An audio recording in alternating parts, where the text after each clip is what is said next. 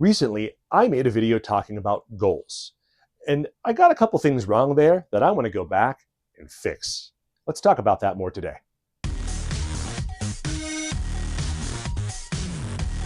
University of Dice, Dave here. Welcome back once again. We're going to talk about the difference between a goal and an aspiration, because a lot of players, myself included, mix those two up. Aspirations are things you want. These are big picture outcomes. It can be exciting and motivating to chase those, but that's what they are. Because these are also things you can't directly control usually. Um, but goals, on the other hand, these are actions you choose, and these can be things that make that aspiration more likely to come to pass. Because goals are things that you can actually do. So I said my goal for the upcoming part of the season was to make day 2 at a regional, but that is an aspiration, not a goal. It's not something I can do. It's a result that might happen. I can play really, really well and miss day 2.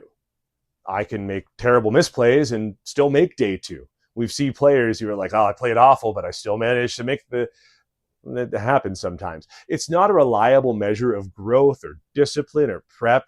It's signs that hopefully those things are working, but that's just the outcome of a tournament.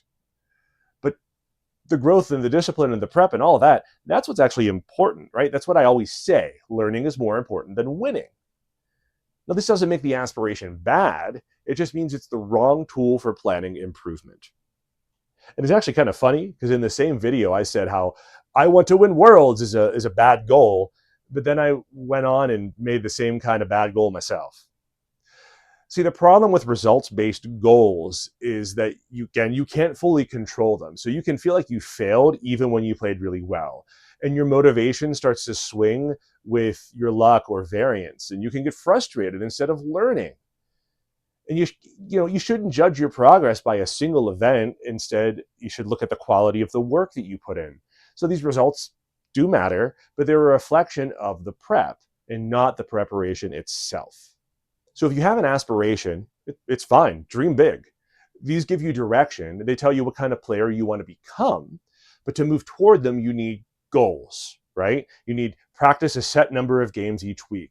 Study specific matchups. I want to do X amount of matchups for this deck. I want to review my misplays after events.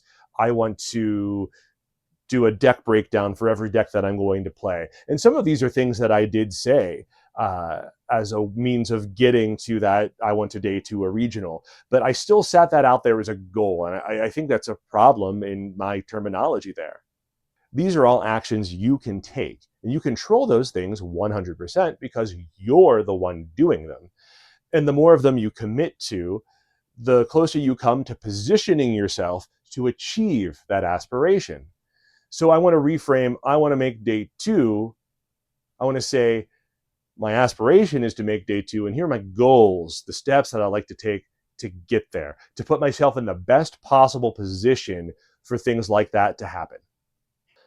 So in the end, aspirations give you a direction that tells you where you're trying to travel, but the goals are actually the map for how you're going to get there. It's the plan of action. And you do need both, but only one of them is truly in your control, and that is what you need to focus on.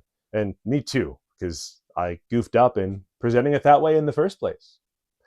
So what are your goals? What are your aspirations? Have you ever confused the two and felt awful as a result? It can be just so bad. Like I didn't make this thing I aspired to, and now I'm a failure, even though XYZ all went really well for me. You can't let yourself get into that trap.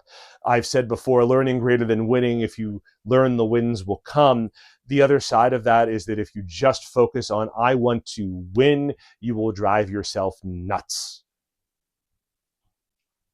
Something to think about.